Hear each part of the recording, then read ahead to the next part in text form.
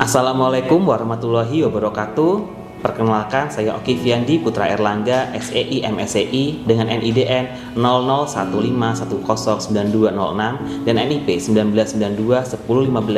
199210152023211027. Saya merupakan dosen pada program studi Ekonomi Syariah Fakultas Ekonomi dan Bisnis Universitas Jember. Izinkan saya pada kesempatan kali ini untuk mendeskripsikan pernyataan diri dosen dalam unjuk kerja Tridharma Perguruan Tinggi atau PDD UKTP pada bidang pengajaran.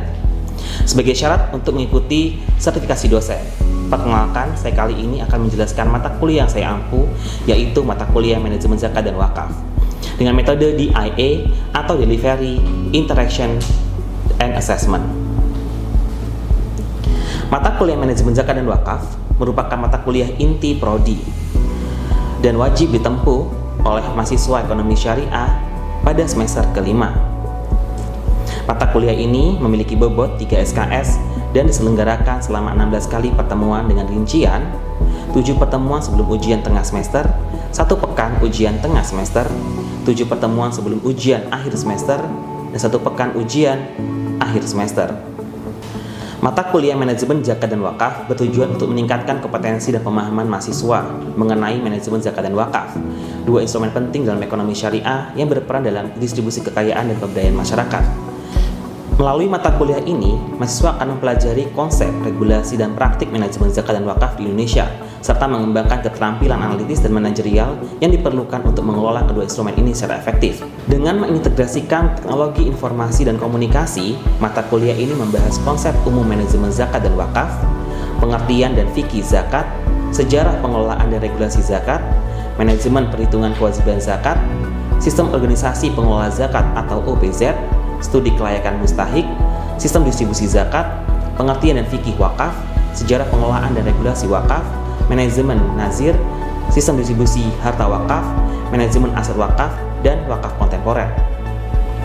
Capaian pembelajaran lulusan atau CPL mata kuliah manajemen zakat dan wakaf ini diantaranya yaitu: pertama, mampu mengimplementasikan metodologi penelitian dalam bidang ilmu ekonomi syariah sesuai dengan kaidah ilmiah.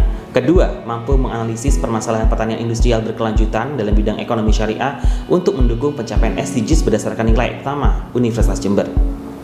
Untuk pencapaian pembelajaran mata kuliah atau CPMK Manajemen Zakat dan Wakaf memiliki tujuan yang pertama, CPMK 1 mampu merumuskan solusi terhadap permasalahan yang terkait dengan zakat dan wakaf. CPMK 2 mampu menganalisis prinsip ekonomi syariah dalam lingkup manajemen zakat dan wakaf.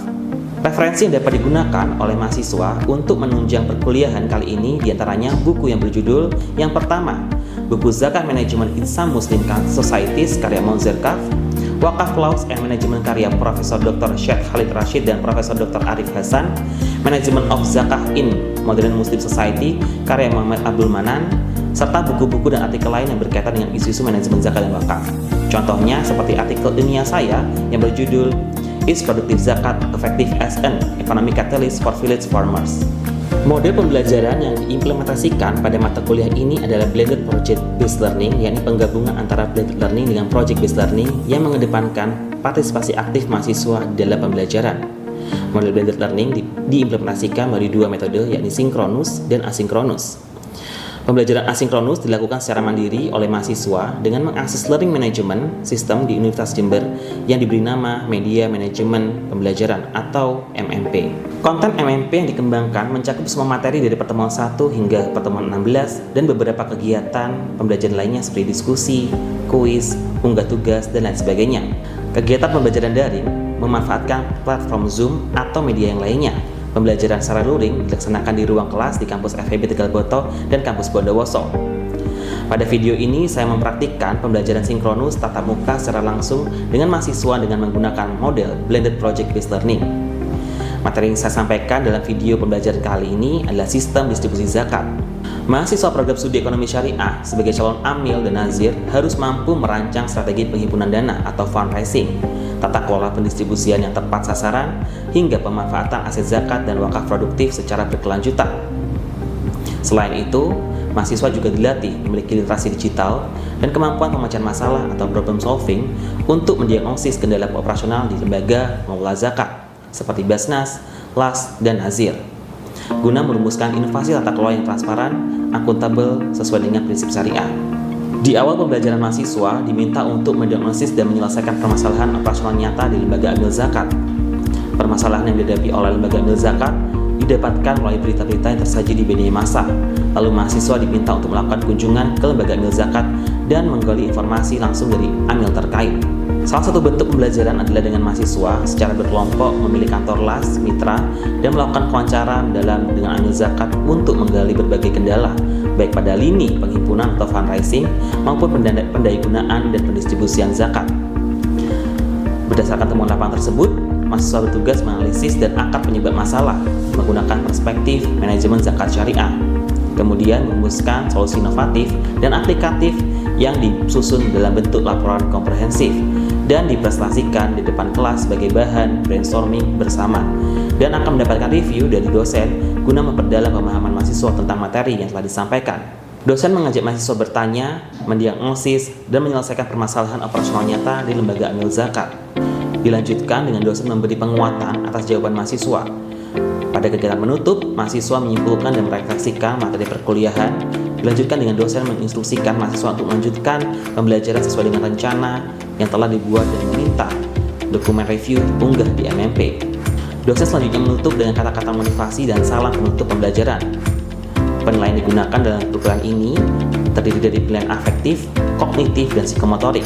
Adapun bobot penilaian yang terdiri atas aktivitas partisipatif dengan 10%, hasil proyek dengan bobot 50%, penugasan dengan bobot 5%, kuis dengan bobot 5%, UTS dan dengan bobot 15%, dan UAS dengan bobot 15%. Berikut, mari kita simak bersama video pembelajaran saya pada mata kuliah Manajemen Zakat dan Wakaf. Selamat menyaksikan. Oke, Assalamualaikum warahmatullahi wabarakatuh. Waalaikumsalam warahmatullahi wabarakatuh. Selamat pagi semuanya. Pagi, Pak. Selalu sehat ya hari ini. Oke, baik, terima kasih atas kehadiran Anda semua di perkuliahan kita di mata kuliah Manajemen Zakat dan Wakaf di pertemuan kelima. Di pertemuan ini saya akan menjelaskan terkait sistem distribusi zakat. Oke, tapi sebelum saya menjelaskan terkait sistem distribusi zakat, saya ingin mereview ulang deh ke belakang. Kita minggu keempat kemarin belajar apa? Fundraising zakat. Masih ingat gak apa itu fundraising zakat? Ada bisa menjawab fundraising zakat itu apa? Silakan, ada yang oke, baik, silakan Dela. Fundraising itu pengumpulan dana atau hal itu disebut zakat yang nantinya itu akan didistribusikan yang didapatkan dari pihak luar. Oke, baik sekali jawabannya. Jadi di fundraising ya, seperti yang kita belajar di minggu lalu ya, bahwa fundraising adalah kegiatan untuk mengumpulkan sejumlah dana dari pihak luar. Tapi dalam konteks ini berarti dalam konteks muzaki ya, berarti mendapatkan dana dari muzaki. Oke, benar sekali. Nah, dana itu kemudian dikelola oleh pihak LAS atau pihak BAS ya, atau pihak lembaga amil zakat atau pihak OPZ ya, jadi organisasi pengelola zakat gitu. Itu akan dikelola oleh mereka, sehingga nanti setelah dikelola itu mereka akan mendistribusikannya. Nah, ini yang akan kita pelajari hari ini. Jadi bagaimana sih pendistribusian zakat oleh OPZ tadi gitu. Kita masuk ke next selanjutnya ya. Jadi kita masuk ke awal dulu aja, zakat itu apa ya, biar kita nggak lupa lagi. Jadi zakat itu adalah suci ya, artinya secara bahasa suci, kemudian tumbuh ya, kemudian berkah ya, juga bisa jadi artinya itu pujian ya, atau kebaikan. Jadi ini kok secara bahasa adalah zakat itu artinya adalah suci, tumbuh, berkah, pujian, dan kebaikan. Tapi menurut istilah syara ya, itu zakat adalah mengeluarkan bagian tertentu dari harta tertentu milik yang sempurna ya, kemilikannya ya, yang merupakan kewajiban dari Allah dan diberikan kepada kelompok atau individu tertentu dan pada waktu tertentu. Jadi itu udah jelas tuh pembagiannya kepada pihak tertentu dan waktu tertentu. Jadi nggak bisa sembarangan untuk pembagian zakat atau distribusi zakat ini gitu. Ini adalah sudah diatur nih dalam Al-Qur'an gitu ya. Jadi ini adalah pengertian zakat. Nah, karena kita fokusnya sekarang adalah distribusi zakat, maka kita akan masuk dulu ke siapa sih kelompok atau individu tertentu ini gitu. Kita masuk dulu ya ke awal. Jadi pada siapa sih zakat itu didistribusikan? Pertama ada namanya itu 8 kelompok mustahik atau 8 asnaf nyebutnya biasanya gitu. Nah, ini ada sudah clear nih, sudah jelas nih siapa saja 8 kelompok ini gitu. Pertama ada fakir, kedua ada miskin, Ketiga ada amil zakat atau pengelola zakat, ya. Kemudian yang keempat ada mu'alaf atau orang yang dibujuk hatinya untuk bisa masuk Islam. Kemudian yang kelima ada riqab, ya, atau budak yang sudah punya kesempatan untuk merdeka gitu. Jadi dia tuh udah punya kesempatan lah untuk bisa merdeka nih gitu. Kemudian yang keenam ada gorimin atau orang yang berhutang, ya. Kemudian yang ketujuh ada fisabilillah, ya. Yang kedelapan ada ibnu sabil. Ini adalah 8 asnaf atau 8 kelompok mustahik yang bisa merasakan manfaat dari zakat gitu. Di luar ini tidak boleh. Ya, jadi zakat itu udah clear tuh siapa saja yang menerima dana zakat. Yang pertama kita fakir dulu. Fakir itu apa? Jadi menurut Al-Zuhaili, ya, jadi fakir pada dasarnya adalah yang nggak punya harta sama sekali. Ya, dia nggak punya harta, nggak punya usaha, atau punya harta dan usaha, tapi hasilnya selalu kurang dari setengah kebutuhannya. Jadi itu nggak bisa mencukupi kebutuhan sehari-harinya. Itu adalah fakir, ya. Baik untuk dirinya sendiri maupun untuk menafkahi keluarganya. Ini fakir. Kemudian miskin. Miskin adalah orang yang punya harta, ya, dan usaha, ya, lebih dari setengah kebutuhannya, tapi nggak sampai tahap mencukupi gitu. Nah, miskin ini itu ada standarnya, ya, udah diteliti oleh para ahli. Di sini ada standarnya, ya, di Indonesia ada BPS yang memberikan standar kemiskinan, sama dari World Bank, dari Bank Dunia. Ada yang bisa mencari di sini kalau standar dari BPS itu berapa standar kemiskinannya, bisa dicari. Silakan Resen. Oke, silakan. Jadi menurut Badan Pusat Statistik atau BPS, seseorang dikategorikan miskin apabila memiliki rata-rata pengeluaran per kapita per bulan di bawah garis kemiskinan. Secara nasional garis kemiskinan ditetapkan sebesar Rp609.160 per kapita per bulan atau setara dengan Rp20.304 per hari. 609.160 rupiah, ya, atau sama dengan berapa per hari? 20.304 rupiah. Jadi orang dikatakan miskin menurut BPS adalah dia itu yang berpengeluaran, ya, bukan orang itu sebesar 20.304 per hari, ya, atau setara dengan 609.160 rupiah per bulannya gitu. Ini dikatakan miskin gitu. Berarti orang-orang yang berpenghasilan di atas atau berpengeluaran, ya, di atas 20.000, ya, misalkan 40.000 sehari kan, ya, sudah dikatakan tidak miskin lagi gitu, ya. Paham sampai sini? Oke, kemudian yang World Bank ini, ada lagi World Bank ini. World Bank berapa standar miskinnya? Bisa dijelaskan? Ada yang bisa menjawab? Saya, Pak. Oke, silakan. Untuk standar kemiskinan dari World Bank sendiri itu, Bapak, jadi dibagi ke 3 kategori negara. Jadi yang pertama itu negara miskin, di mana konsumsi perharinya itu $3 per hari. Untuk yang negara menengah ke bawah itu untuk konsumsi perharinya itu sekitar $4,2 per hari, dan untuk menengah ke atas itu $8,3 per hari. Kalau menurut Zulfanda sendiri, Indonesia di level mana ini? Apakah miskin, apakah menengah, bawah, atau menengah atas? Kalau diambil dari data rata-rata pendapatan, kalau Indonesia masuk ke menengah ke bawah. Menengah ke bawah. Jadi ini, ya, jadi Indonesia itu kalau menurut standar BPS juga, ya, BPS, ya, atau mungkin dengan pendapatan per kapita, ya, itu bisa dikatakan Indonesia itu berada di level negara menengah bawah. Jadi orang yang berpengeluaran, ya, seharinya adalah $4,2, ya, setara dengan itu, ya, itu maka dapat dikatakan miskin gitu. Jadi itu adalah standar dari World Bank. Nah, next kita ke amil nih, ya. Amil itu apa? Amil adalah orang yang bertugas mewakili, ya, pemerintah atau pihak yang berwenang untuk memungut zakat dari para muzaki, menyimpan dan termasuk mendistribusikannya kepada para mustahik.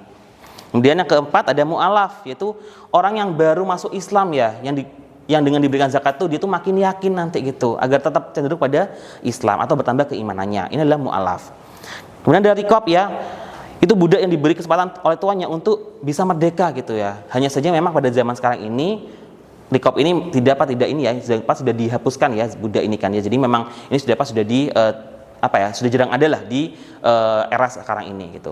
Kemudian ada gorimin, ya, atau orang yang hutang. Itu orang yang berhutang bukan untuk tujuan maksiat ya, gitu ya. Kemudian dia tidak sanggup bayarnya baik dengan harta yang sama dengan yang dihutanginya atau dengan yang seharga dengan harta tersebut.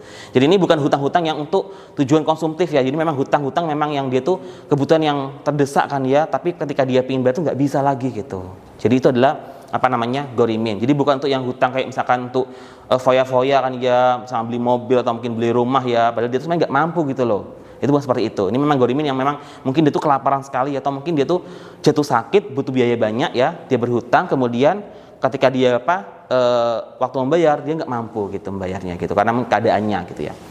Itu adalah gorimin ya. Kemudian yang ke-7 ya ada fisabilillah. Siapa nih fisabilillah? Jadi orang yang berjihad di jalan Allah ya, yang tidak mendapatkan gaji dari pemerintah, atau orang yang melakukan kegiatan sosial yang bukan maksiat ya dan tidak mendapatkan gaji tetap dari kegiatan tersebut. Jadi fisabilillah ini awalnya tuh orang yang berperang biasanya gitu ya, orang berperang. Jadi orang yang sedang berperang, jadi pada zaman Rasulullah itu berperang. Tapi seiring dengan berjalannya waktu ya, perangnya udah mulai ini ya, udah mulai jarang kan ya, udah mulai tidak ada perang ya. Tapi bisa dikatakan bahwa kayak Anda ini sebagai mahasiswa ini juga fisabilillah karena berjuang juga di jalan Allah gitu ya, karena mencari ilmu gitu. Maka Anda juga berhak mendapatkan dana zakat. Makanya kadang tuh ada beasiswa biasanya, beasiswa dari OPZ ya, beasiswa kita sebut Basnas kan ya, beasiswa dari lasas tertentu kan, itu ada beasiswa untuk mahasiswa kita, untuk siswa. Itu fisabilillah. Yang terakhir adalah Ibnu Sabil ya, musafir ya, untuk kebaikan atau ketaatan untuk yang nggak bekal sama sekali kan ya gitu, atau kebiasaan perbekalan gitu ya. Jadi misalkan Anda berpergian kan ya, ternyata Anda kebiasaan bekal ya di tengah jalan kan ya, itu maka itu berhak diberikan dana zakat gitu. Ini adalah 8 asnaf atau 8 orang yang mendapatkan kategori mustahik gitu. Sampai sini bisa dipahami? Oke, baik, saya lanjutkan ya. Nah, kita masuknya sekarang nih ke pendistribusian zakat nih. Jadi kita masuk ke metode distribusi zakat ya, ini yang inti ya. Jadi ditinjau dari aspek penggunaan harta ya, penggunaan harta zakat oleh mustahik ya, distribusi zakat itu dapat dibedakan menjadi 2. Pertama ada yang konsumtif, yang kedua ada yang produktif gitu.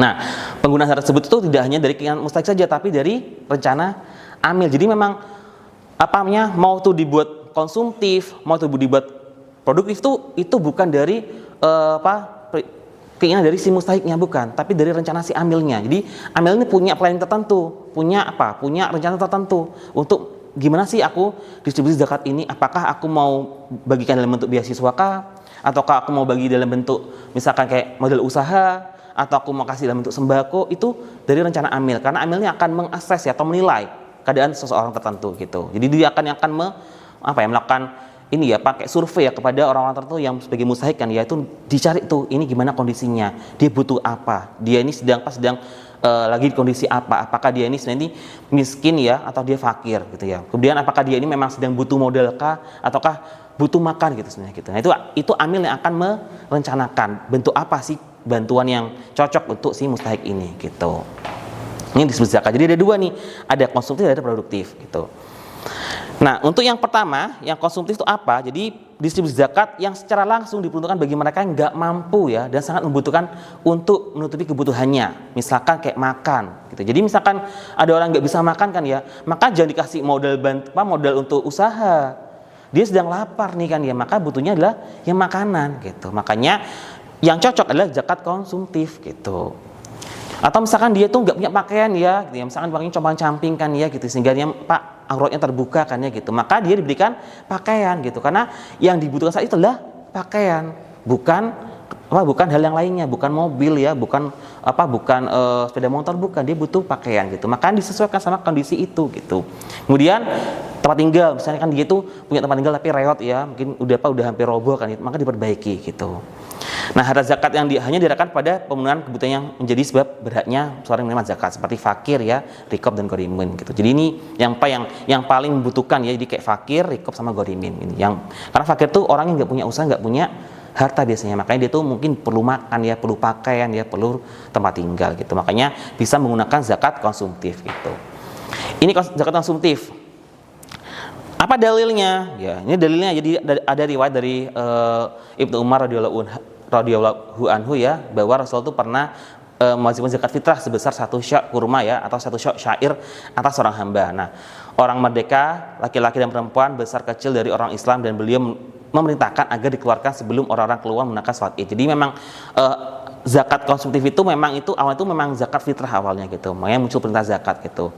Gitu. Ini adalah dalilnya bahwa memang awalnya zakat itu bentuknya konsumtif gitu ya. Tapi seiring berkembangnya zaman ada perubahan. Nah, ini perubahannya sekarang. Oh, belum, masih contohnya ya. Apa contohnya zakat konsumtif?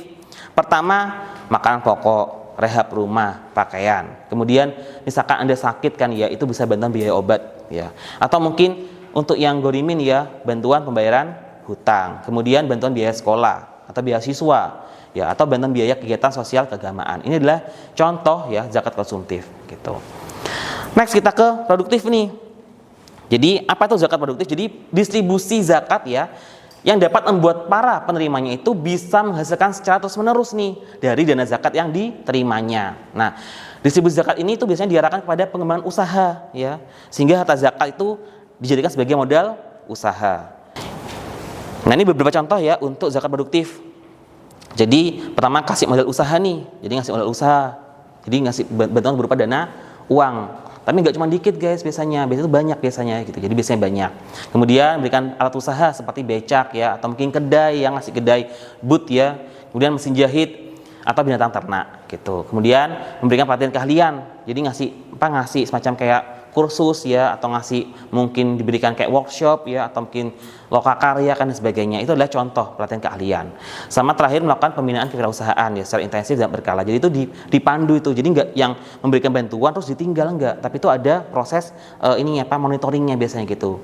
Bahkan sampai dievaluasi di setiap bulannya gitu. Itu adalah contoh zakat produktif. Jadi tidak yang diberi bantuan terus dilepaskan, tidak gitu ya. Karena kalau misalnya dilepas seperti itu biasanya itu nggak berlanjut biasanya, itu biasanya mandek ya, nggak berlanjut biasanya gitu. Itu yang jadi permasalahan dari zakat produktif. Ingin bertanya Bapak, Silakan. apakah ada perbedaan antara zakat produktif dan wakaf produktif? Oke, tadi pertanyaan tadi apakah ada perbedaan antara zakat produktif ya dengan wakaf produktif? Jadi terkait apa distribusinya gitu ya mungkin ya. Oke, kalau untuk distribusinya nggak ada perbedaan ya. Kalau untuk pengelolaannya ada perbedaan. Untuk pengelolaannya itu nggak ada perbedaan. Ya, jadi sama-sama dikelola secara produktif ya. Jadi digunakan untuk apa? Untuk peningkatan umat gitu kan ya. Jadi untuk membantu masyarakat yang membutuhkan gitu ya. Tapi untuk distribusinya itu ada perbedaan. Dari mananya? Dari yang berhak mendapatkannya gitu. Kalau misalkan wakaf itu diuntukkan untuk semua orang bisa memanfaatkannya ya. Tapi kalau untuk zakat produktif tadi yang saya sebutkan tadi kepada siapa? Kepada 8 asnaf saja gitu. Jadi itu bedanya. Jadi beda dari zakat produktif itulah sudah ada ketentuannya untuk siapa penerimanya gitu. Tapi kalau untuk wakaf itu nggak ada ketentuannya. Jadi siapa saja boleh mendapatkan manfaat dari wakaf produktif tadi gitu. Tapi memang sebisa mungkin kalau kita mau wakafkan yaitu ya diperuntukkan bagi yang membutuhkan gitu. Jangan sampai orang yang butuh malah tidak dapat ya, malah yang tidak butuh malah bisa merasakan manfaat itu gitu. Itu tujuannya. Itu jadi kalau pengelolaannya itu nggak ada perbedaan ya. Jadi sama-sama dikelola secara produktif ya. Misalkan dibuat misalkan kayak dibuat toko nih ya, atau kedai nih, itu bisa nggak masalah. Jadi sama-sama digunakan untuk kedai ya. Tapi yang bisa mengelola kedai ini siapa gitu. Kalau misalkan kita ngomongnya itu wakaf, itu siapa saja boleh gitu. Siapa saja boleh gitu. Nanti baru profitnya itu yang dikembalikan lagi sebagai harta wakaf lagi gitu. Tapi misalkan kita ngomong zakat produktif itu berbeda. Siapa yang bisa mengelola kedai ini? Ya maka yang 8 asnaf tadi gitu. Siapa contohnya? Misalkan fakir atau miskin gitu. Itu zakat produktif. Nanti profitnya gimana? Bisa berbagi dua kan ya, misalkan kita bisa dengan menggunakan akad tertentu yang mudharabah misalkan ya, jadi 50-50 ya, atau mungkin 30-70% kan ya. Nanti yang ngelola itu siapa? 8 asnaf ya, itu mungkin bisa mendapatkan profit 70%, nanti yang 30%-nya masuk ke dana zakat lagi gitu, supaya bisa sustainable gitu. Itu tujuannya. Oke, apa bisa menjawab? Sudah cukup Bapak, terima kasih. Oke, sama-sama. Yang lain mungkin ada pertanyaan lagi? Izin bertanya Bapak, Oke, silakan. apakah ada skala prioritas terkait pendistribusian zakat? Oke, pertanyaannya apakah ada skala prioritas untuk pendistribusian zakat. Oke, tentunya ada ya. Tadi saya sudah jelaskan ya terkait 8 asnaf tadi ya. Tapi mungkin saya lupa menjelaskan ya bahwa 8 tadi itu adalah skala prioritas ya gitu. Jadi kalau saya back lagi ya ke materi kan ya. Ntar saya kembali ke materi lagi ke yang awal. Jadi ini.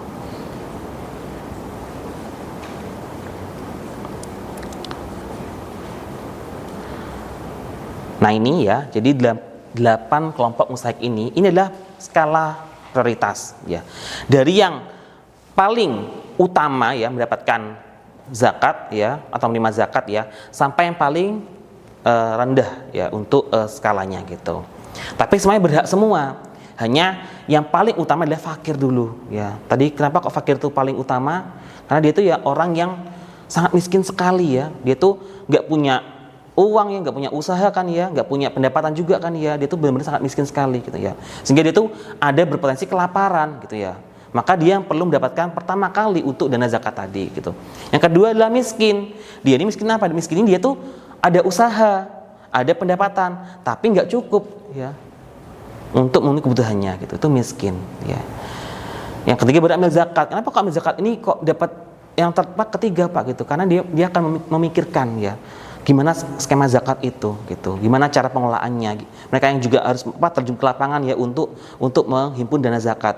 Mereka akan menghitungkan zakat bagi para muzaki ya, sampai mendistribusikannya gitu ya. Berarti ini adalah menjadi kayak upahnya mereka gitu, upahnya amil zakat ini. Kenapa mereka itu ada di peringkat ketiga gitu, dan seterusnya sampai Ibnu Sabil gitu ya. Jadi ini adalah skala prioritas gitu. Tapi tentu juga berdasarkan urgensitas ya, karena kadang-kadang mungkin ya dia tuh orangnya kaya, mungkin dia tuh muzaki kan ya, tapi qadarullah ya ada bencana alam ya, ada bencana alam dia tuh ya, kemudian dia tuh banjir kan ya, jadi dia tuh rumahnya hancur semua kan ya, hartanya hancur semuanya kan ya, sehingga dia tuh yang awalnya muzaki menjadi fakir ya gitu ya. Mungkin dia punya tabungan ya, tapi kan dia butuh bantuan segera saat itu juga. Kenapa? Karena mungkin sama-sama bencana alam seluruh daerah kan ya, kadang kan nggak bisa akses bank gitu kan ya, sehingga ya dia butuh bantuan gitu. Mungkin dia juga bisa mendapatkan bantuan dana zakat tadi gitu. Jadi kita juga perlu melihat apa fenomena yang terjadi di masyarakat gitu.